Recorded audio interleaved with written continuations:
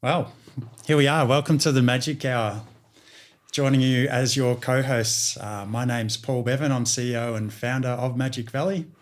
And I'm Andrew Laslett, the Head of Research and Development at Magic Valley. We're using this podcast to bring our listeners up to speed with what we're doing at Magic Valley, introducing the concept of cultivated meat, talking about our story, and having on in future episodes a number of different guests to talk about different topics. Yeah, and hopefully the language that I use, which is going to be mostly science-based, will be understandable to Paul, who's a business-based background. So. Absolutely. Let's hope so. Some of the content we'll cover will be, as Andrew mentioned, the science of what we're doing, but also the business aspects as well, and really covering off the story, particularly today, of how Magic Valley got started, and we'll expand that as we begin further episodes. And look, we're completely unscripted, so just be very conversational, and hopefully you get a bit of an insight to what we're doing at Magic Valley and the brand itself. So, Paul, do you want to give a little bit more of an introduction about yourself? Just introduce the listeners to the real Paul Bevan. Absolutely. Thanks for that, Andrew. So, look, obviously, as founder of the company, there's a bit of a story behind how we got started, and we'll get to how we met as well, Andrew. But obviously, it's been quite a journey with the company being established back in 2020, and we've been going for a few years now. But I guess in terms of the backstory, I really got started a long time before that, and going back even further still, back to my childhood. Growing up as an only child with a really hardworking single mum, I spent a lot of time at home alone with all of our animals. So we had dogs, cats, mice, fish, lizards, chickens, a really typical, I guess, Aussie, suburban backyard. And, not long after that, I actually went vegetarian as a teenager, and ended up going vegan probably about 9 years ago now as well. So, look, always had an interest in animals, and a real desire to see what I could do to really remove animals from the supply chain, which really is my life mission. So I was doing a whole lot of different things in terms of my veganism. So not long after going vegan, I actually got introduced to a really well-known vegan activist, and I was encouraged to get involved in activism, which made sense to me. So that's something that I did. Spent a lot of time doing different things in terms of outreach. Speaking to people, about their dietary choices. About intensive animal agriculture and how that affected animals, and getting involved in different forms of activism as well. Not just talking to people, but leafleting, doing those sorts of things, and trying to spread the message basically, and have conversations with people, on all different mediums, whether that was in person or online or whatever the case may be. But I really found that to be really time consuming, and the impact that had was not as great as I was hoping it would be. I think a lot of people that discover, veganism at some point in their life, and obviously people have different reasons for going vegan, but, if you do want to, remove, the animal involvement in your, product choices as a consumer for whatever reason, you typically want to tell other people about this insight that you've had that you want to share with people, and the reaction to that is not always as you'd expect or hope. Lots of people love animals, but don't really, or aren't really aware, I guess, of the consequences of their decisions when you've been brought up, consuming particularly meat products, animal products, whether it's milk, dairy, animal flesh products, or even how we use animal products in our day-to-day lives. It's really involved in almost every product that we use. But anyway, not long after that, I got involved with a political party, the Animal Justice Party, doing more activism with them. And again, actually ran for the 2016 federal election up in Queensland, where I was living at the time. So at the top of the Senate ticket there, and getting really involved with the party in Queensland, and actually became national treasurer of the party, so all across Australia. And really the goal of the party was really to enact legislative change in terms of protection of animal welfare and animal rights. So that was really my main focus for a number of years. Unfortunately for me, I felt that the pace of change just really wasn't happening quick enough. And so I was spending a lot of time, with those types of activities that I just found to be, really ineffective. And that's not to say that, change hasn't happened since. It certainly has, but for me, it's just not moving fast enough. And so that led me to explore different options. And one of those was doing a whole lot of research, particularly around technology. And obviously, being vegan myself, I was very aware of plant-based products and plant-based alternatives. I was certainly interested in that space. But I'd also known that from, talking to, people, hundreds of people one-on-one about their dietary choices, people weren't really interested in plant-based products. There was a real desire, even when presented with the knowledge that I had and many other people have around the treatment of animals in the supply chain. They still, it wasn't really enough for them to change their behaviour in terms of the products that they were consuming. So it became pretty obvious to me that most people wanted to continue to consume animal products. Based on the conversations that I had in person, but also from researching behaviour change and what drives behaviour change, and what became obvious as well through that research was that simply ethical or environmental considerations are really not the strong enough motivator for people to create lasting or develop lasting behavioural change, and particularly when it comes to your diet. Food consumption is very personal to everybody, as it should be. And so during this research, I was exploring different options and researching different technologies. And at that time, happened to read a really well-known book. And that book was Clean Meat by Paul Shapiro. Paul Shapiro is a really well-known activist himself with the Humane Society in the US. And he really covered off in that book, which was in the very early stages. So we're talking back probably 2018 at this stage.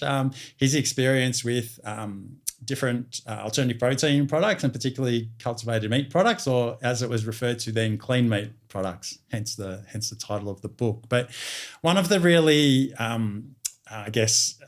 prescient quotes that came out of that book attributed to Paul Shapiro is that Henry Ford did more for horses than animal rights activists ever did. And that quote is one that really hit home hard for me. And so as you can tell from the quote, it's not a knock on activists or activism, which are obviously very important, not just in vegan rights or animal rights movement, but in all sorts of areas.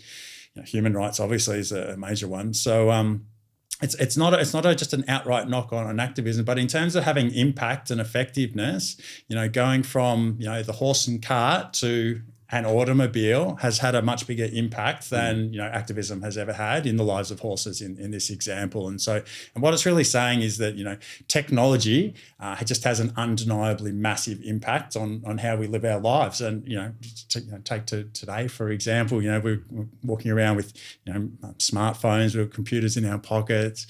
You and I don't want to talk out of school here, but you and I growing up, we didn't even have the internet at school and those sorts of things. Yeah, and look, now here we are in a studio filming a podcast. So no one can deny the impact of technology, and so that really hit home really hard for me, thinking about the development of clean meat, or cultivated meat as we now refer to it.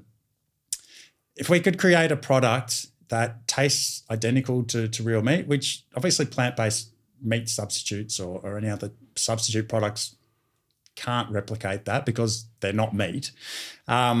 So creating a real meat product, so from an animal, which in our case, or in everyone's case, you're starting with the cells from the animal. But if we can create a real meat product that involves no harm to the animal, so no animal slaughter, we'll get into the process, maybe later today or in a future episode around the process. But a real meat product that people are familiar with eating, it's the same taste that they're familiar with, the same texture, the same mouthfeel.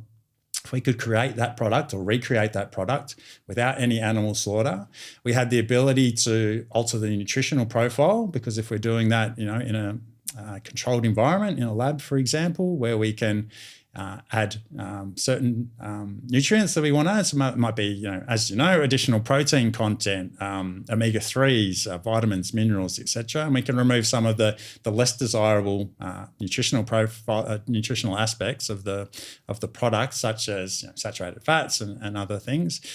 That is a more sustainable choice, and obviously a more ethical choice than a traditionally farmed animal meat product. Then to me, that would just become the obvious choice. So if a consumer, a meat eater, is presented with those two products, cultivated meat would be the obvious choice. Now, obviously price comes into it as well, but if you can create the exact same product that's actually probably a better product when you think about it in terms of the nutritional profile, then that would become the obvious choice for the consumer. It wasn't going to be a plant-based product. That just didn't make sense to me. A lot of people said to me when I first started, why don't you create a plant-based meat business? That would be great. But, as we know, the market for that is, somewhere between 2 and 5% of the general population. 95% of the population are meat eaters. And so, again, just from my personal experience of, talking to people about dietary change, I knew that, people weren't interested in a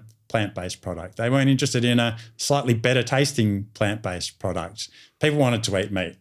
And that's been the instance for decades, if not hundreds of years. And so, developing a plant-based product that, tasted slightly better than what was, currently available on the market, that might be great for vegans and vegetarians that enjoy those products. But if you want to have, massive change and have the impact that I wanted to have in terms of being able to potentially remove animals from that supply chain, that a plant-based product wasn't going to cut it. And so it had to be a real meat product. And this was it became really obvious to me. It just became the obvious decision for me to make and the path for me to go down. And that's where this really all sprung from, those times. Interesting. As you're talking about that, I'm remembering the very first time we met, and I'm wondering whether you remember what I said to you when you proposed the possibility of us working together. At the time, I was at the CSIRO, and do you remember what I said to you when you said, "Oh look, obviously this is possible. We should be doing this." Do you remember what I said? Not the exact words, but I remember the sentiment for sure. Yeah, my background is I'm a fairly hardcore scientist, and I live by the motto from Public Enemy of "Don't believe the hype." And I told Paul, well, that all sounds good, but I don't know if any of it's true. Show me some proof that can work. Show me that we can make cells from animals without using any other animal products and turn those into meat products. I haven't seen peer-reviewed evidence of that. So that was a few years ago. We've gone on a bit of a journey since then. Absolutely, and it's really interesting that you mentioned that, because I spent a long time researching the area and spoke to a lot of other scientists as well, right across the world. So, obviously we're based in Melbourne here in Australia, but yeah, look, I spoke to people right across the world, and your approach to that, as you've just described it, was really one of the main reasons that I wanted to work with you, and that I knew that I wanted to work with you, because I knew what was being done in a lot of instances internationally, and what other people were trying to do. And I spoke to a lot of other people who, to be quite frank, I didn't believe what they were telling me. And you being really upfront and honest about what you thought was possible, really drove me to pursue a ongoing working relationship with you, which was it was enabled us to build great trust over time, because that's really the foundation of what we're doing. Absolutely. And similarly with Paul, in terms of the way he's presented himself to me, and the very clear ethics behind what he's trying to do and what we are trying to do now, it's absolutely crystal clear, and it's something I agree with. What drives me is not necessarily coming from just an animal perspective, but what I see from the flow-on effects from the development of cultivated meat is that we're going to need to use way less land for the production of food for humans, and therefore we can plant more trees. Therefore, we're going to have a large impact on climate change, and that is going to be better for the planet as a whole, the humans, the animals, and everybody that's left on the planet. So that's what gets me up in the morning, plus an espresso or two. You're certainly well known for those. 100% right. And so, look, my obviously driver for developing cultivated meat products is, as I've mentioned, the animals. But as you rightly point out, there's so many other benefits to cultivated meat production, and whether that's around land use, water use, potentially energy use as well.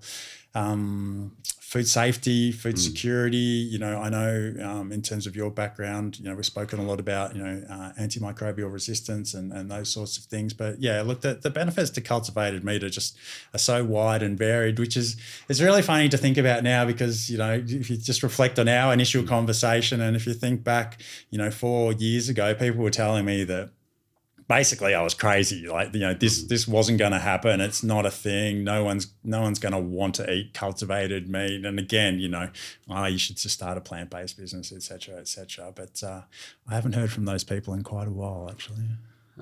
Hopefully they can come and buy the product eventually. Exactly. Look, we've still got a fair way to go, and the industry does as a whole. But I mean, I think it's pretty clear now that this is going to be a burgeoning industry, and it is the way forward. Yeah, absolutely.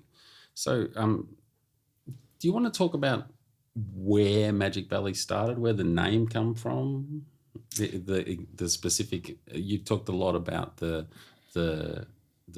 drive behind and leading up to Magic Valley forming, but do you want to talk more specifically about where the name came from and why the company was formed?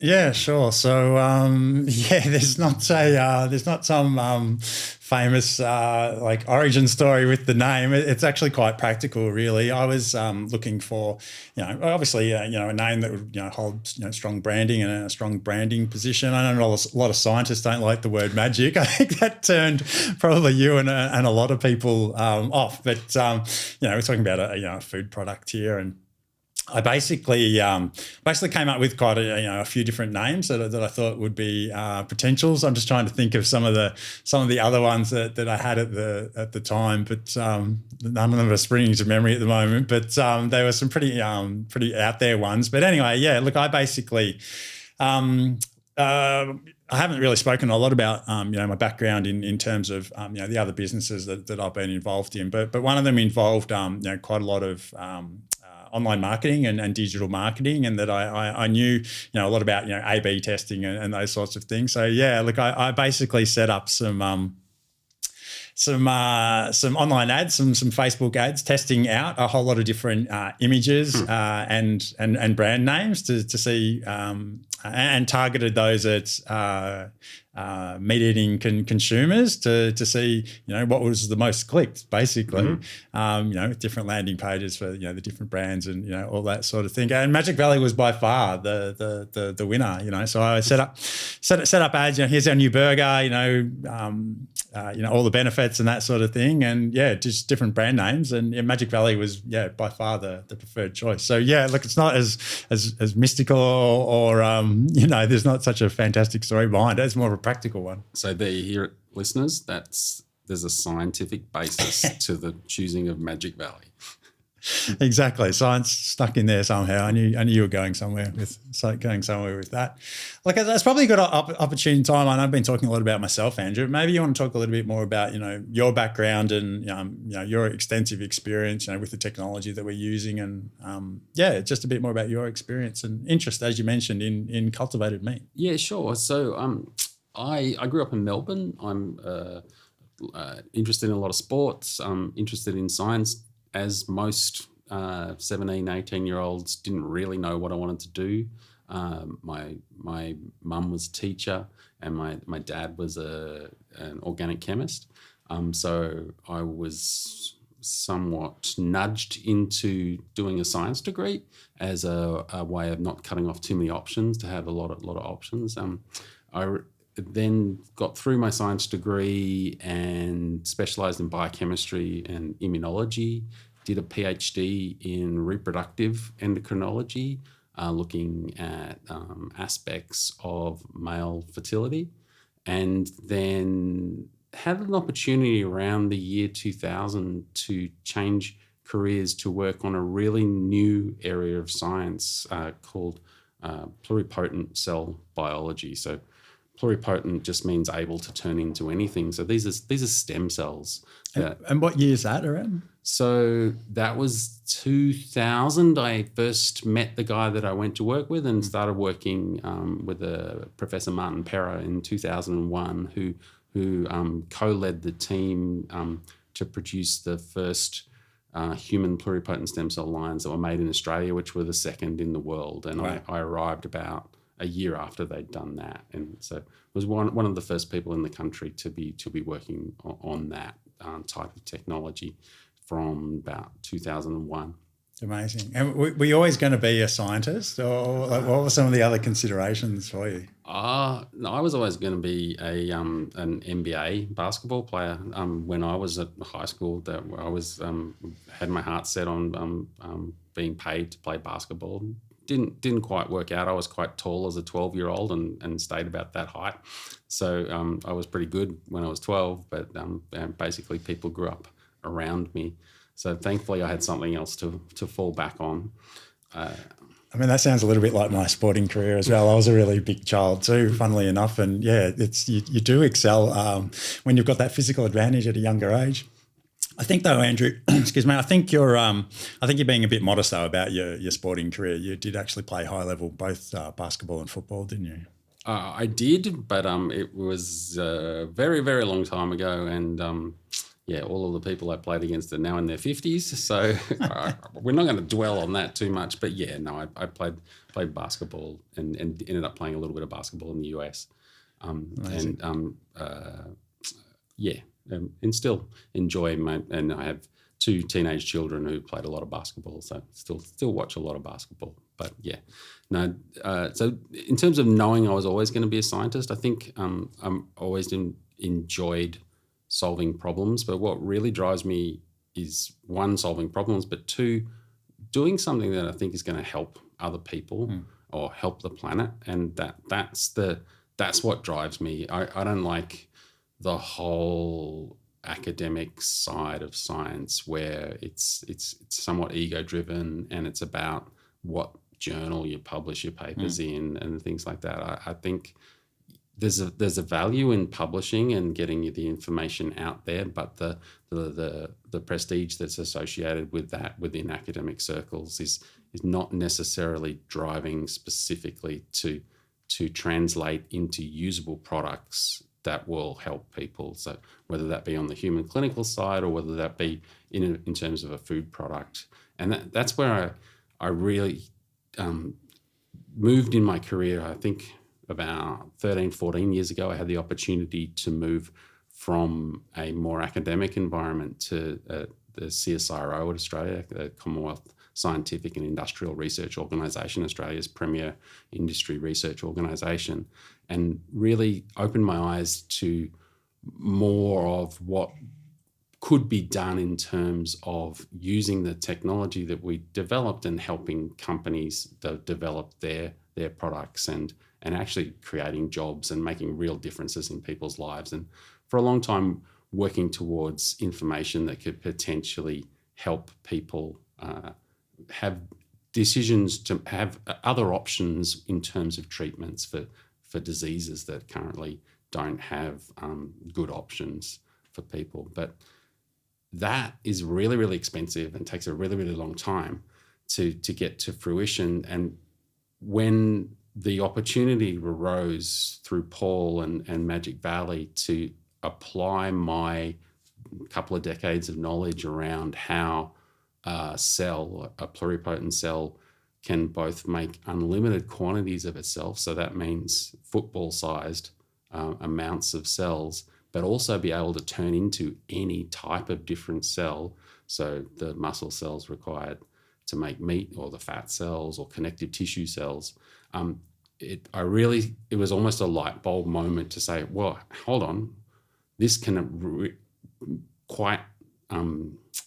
I can see a really clear pathway between what I've learnt over the last couple of decades in terms of both scientific skills, team management skills, and interactions with commercial entities in the industry and companies, and what they want and what their drivers are, to be able to really help push this nascent technology, this really early stage technology, and push it forward to become a real thing, to become a supermarket aisle option, to become a burger chain option for people to take up. So yeah, that's what's driving me, the ability to change people's lives for the better. Yeah, that's fascinating. Obviously, that tangible, impactful outcome is really important. Do you think that a lot of people that work in the industry, whether it's academia, but just people in science, feel a bit frustrated, like yourself, in terms of not being able to see tangible outcomes from all the work that they're doing that actually has an impact? Just was, I mean, my exposure to it's obviously quite limited and only been in the past few years, but just from people that we have approached us to come and work at Magic Valley, people we talk to throughout the industry, it just seems to be a common thread. Yeah, look, there's people for whom the academic lifestyle is the right place for them to be, and it works great. But for others, there's definitely more opportunities out there at companies, startups like Magic Valley, where it's a much more flexible, dynamic, non-bureaucratic environment where you get to test your ideas really quickly. You got to move at super speed to get things done. Otherwise, you don't get to survive. And it's. I mean, in some ways, I'm really privileged to have the luxury to be able to do this as having had a really good academic career to get to where I'm at already, and then be able to switch to this. So it's not always simple to jump from a big structured environment in a university or a research organization. But what I'd say to people that are interested in doing that is just talk to people. It's all about your networks. It's about seeing what's out there, seeing what drives you. And if you can see how your skills translate to help a small startup company or a company that you want to start, there's opportunity out there. And it may not be the best time at the moment to be raising venture capital, but it's an interesting aspect. I'm finding it absolutely fascinating learning from Paul as we're talking to VCs about funding the future of Magic Valley. Yeah, certainly a whole different world, particularly to academia. That's for sure. I think it's a really good point that you make up about networking and talking to people as well, because my background's not in food. My background's not in science. I don't come from academia. I was starting from scratch when I was trying to find people to come and work with me on this, at the time, what everyone thought was a crazy idea.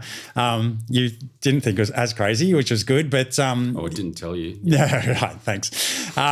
Convinced you eventually. But yeah, just going and talking to people. I remember I was living up in Queensland at the time, and going to different universities and speaking to people up there, going to biotech events and things like that. Full of super highly qualified, educated scientists with PhDs, multiple PhDs, had all these patents, had done all this work in all sorts of different areas, and there's me. It's 30 degrees up in Queensland. I'm in t-shirt and shorts, and just going to meet these people and talk to them because I was just trying to make connections. I knew what I wanted to do, but I didn't have the skills to do it, and I had to find people with those skills to do it. And I got plenty of blank stares, and people would I would introduce myself, and people would just walk away, like they just didn't want to know. Like I just thought it was so far-fetched, and I didn't look like a scientist, but it was just knock on doors, create those networks.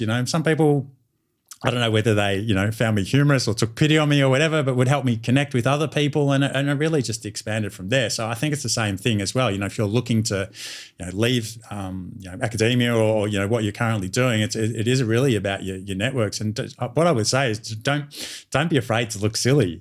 Go and ask those questions, because if you don't do it, you're never going to get anywhere. So for those of you who can see a little bit of Paul on camera or can't see him because you're listening on a podcast, Paul doesn't look silly.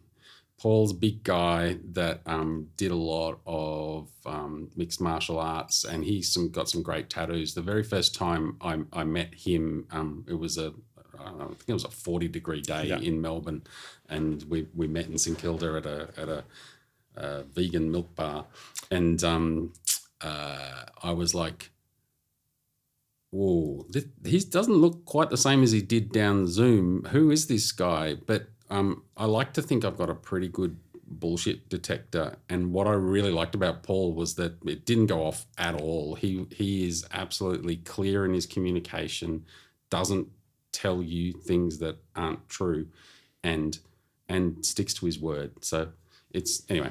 Enough about the Paul Appreciation Society. Thanks for that. We got past how I looked, so that's good. But look, I mean, there's a bit of a lesson in that for everyone, and that appearances certainly aren't everything. That's for sure. Don't judge a book by its cover. That's it. That's the saying.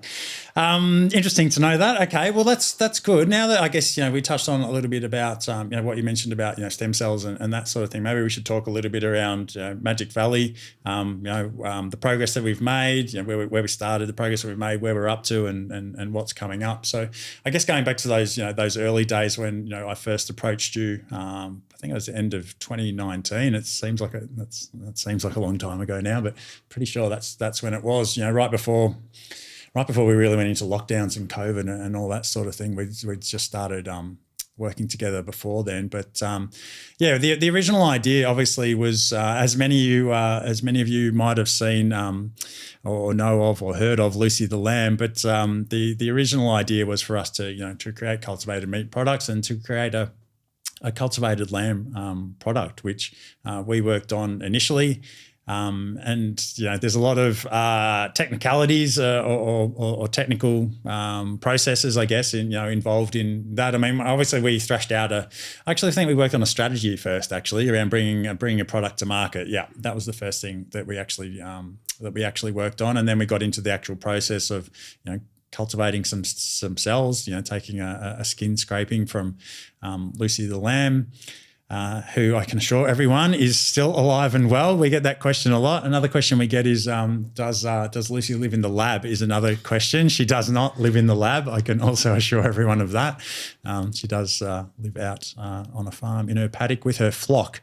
So yes, alive and well. So just a really non-invasive, small skin scraping that we started with, cultivated those cells up.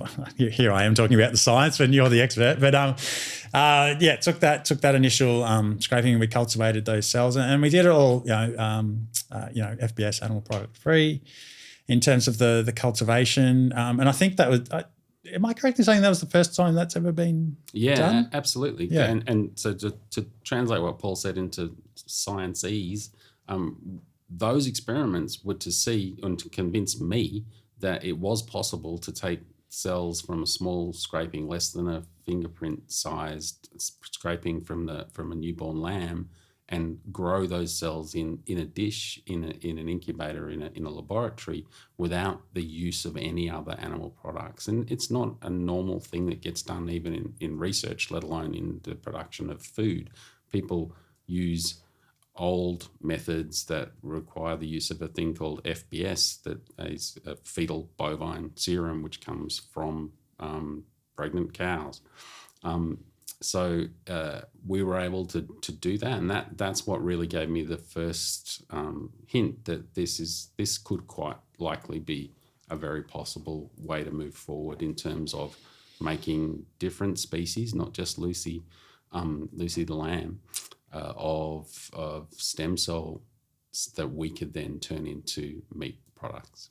Yeah, amazing. I remember now. You're jogging my memory now about your conservative approach. I'm just remembering now, which we continue with, which is good. You know, I think it's good to. I don't say that in a negative way. You know, at all. You know, obviously. Very scientific in your approach, which we need to be with everything that we're doing. And like I said before, it's one of the things that I really appreciated about you in terms of your cautious approach to what we were doing. But I'm glad I've convinced you, and you're certainly on board now. Oh, absolutely, and there's really good things about the scientific method and cautious approaches, but it's also you can't. I don't know. I'm terrible at sayings, but you can't lose sight of the trees for the wood or something. You've got to see where you're going and the potential of what you're doing, and also trust that even though at this exact point in time you don't know exactly how to get there, trust in the experiments that you set up that will give you the answer to go from step A to B to C to get to millions of burgers. Absolutely. And I mean, it's a really good point, because there's, I probably make it sound really quite easy, but there's so many different, aspects of what we're doing in terms of creating a final end product. So not only do we have obviously, the cell biology side that, you're certainly most familiar with, there's a whole lot of other aspects once we get to, growing those cells up, growing the muscle, growing the fat, combining them, then what does that taste? What does it taste like? What is the texture like? How do we scale up production?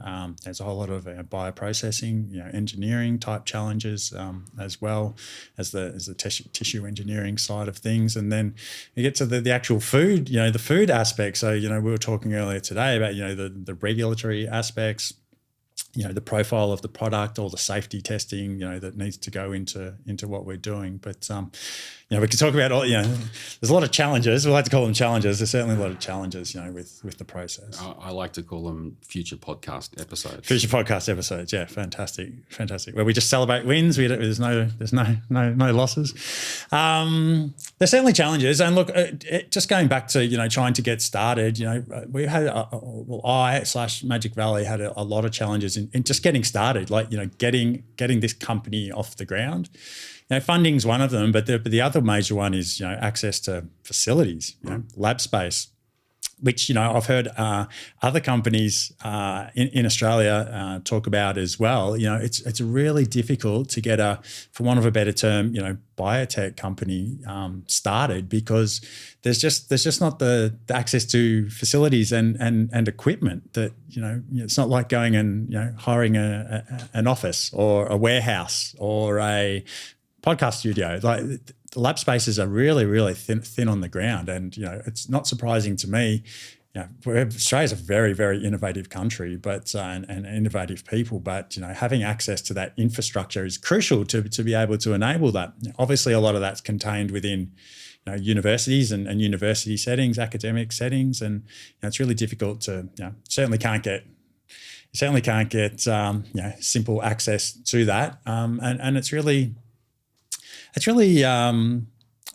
hamstrung, I guess, by the types of agreements that universities and that want you to enter into to access those spaces and those facilities. There's certainly benefits to it, contract research and all those sorts of things, but then you run into IP issues, and it makes it really difficult. So that was really one of the challenges that we faced early on. It was lucky that we were able to do work with you, Andrew, at Cyro. Yeah, no. So that's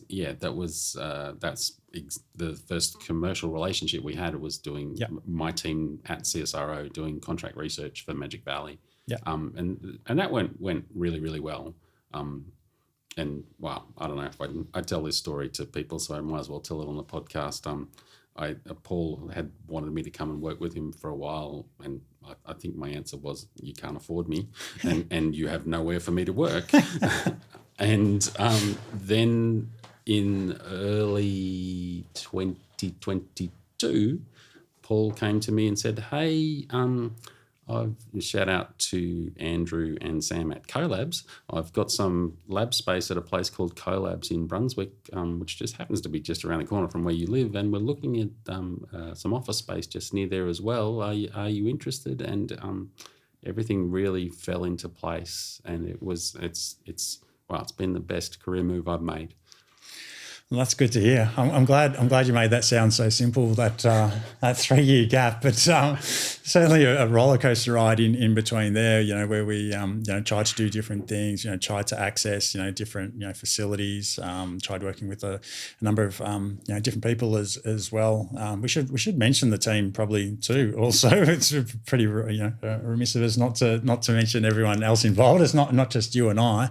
But there certainly was a lot of challenges in getting started, and we can talk. I mean, I'm happy to talk about the funding side of things as well, because there's not a lot of grants and those sorts of things available, to a cultivated meat company. We sort of, slip between the cracks of, we don't really fit into, med tech or health tech and that sort of aspect.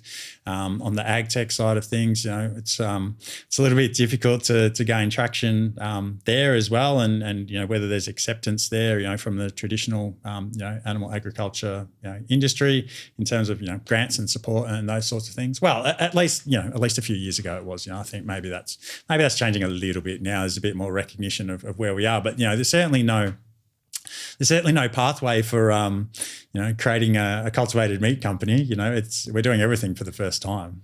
Absolutely, and look, I think where we're at now with the team, it is in a massive credit due to Jacob Goodwin, who was the 100%. The first internal scientific employee at Magic Valley, who has developed a lot of the intellectual property areas that we're working on and the technology that we're working on. And we absolutely wouldn't be sitting here in a podcast studio without him and the really great work he's put in both before there was a laboratory and since the laboratory is set up. And since late last year, we've expanded the team to include Wendy and Molly as a senior research assistant in the laboratory. And out of sight in this room, pushing the buttons, Ella has joined us, who's been fantastic in terms of helping us translate our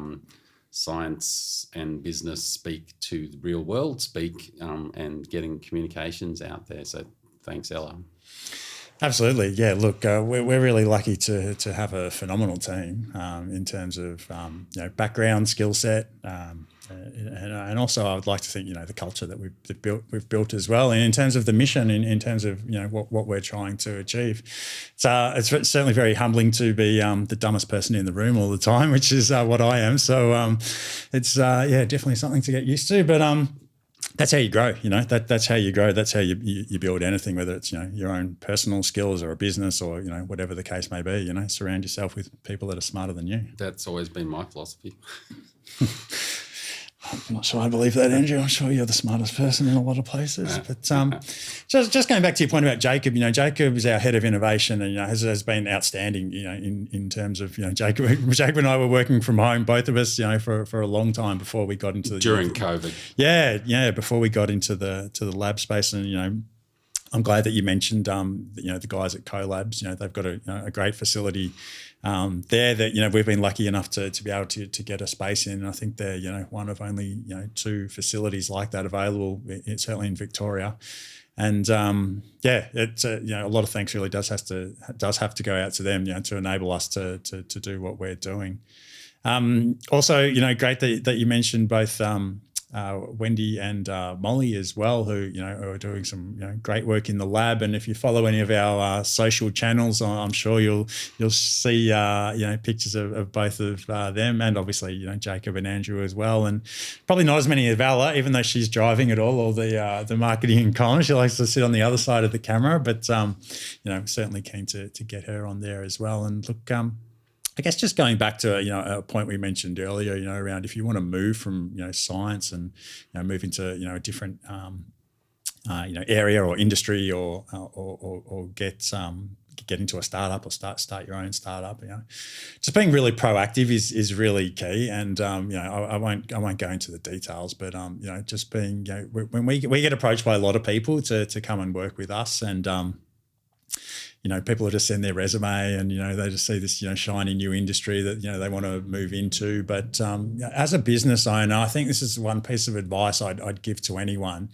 If you can show that business or that business owner how you can help them, so how you can tangibly help them, what your skills are. Okay, look, I'm great at, what's a good example, Andrew? I'm great at shaping mince into burger patties. That can help us. Sure, yeah, that's not the example I was looking for, but whatever your skill set is, let's say it is food science. You need to come. If you came to us and said, this is where I can help you, and show us where you can help us. So you might have an example of some mincemeat at home, and then you create all these designs and you actually show us that, and you can actually show us how you can help us, whether it's us, whether it's another business, but you can actually show people what your skills are and how that can tangibly benefit the business. You're going to go straight to the top of that list. And I don't mean to look at Ella now without giving too much away, but that's sort of exactly the approach Ella took with us. And we weren't even hiring at the time. There was no position. We weren't looking for anyone in particular. But Ella was really, really descriptive in how she could help us, and she's getting embarrassed now.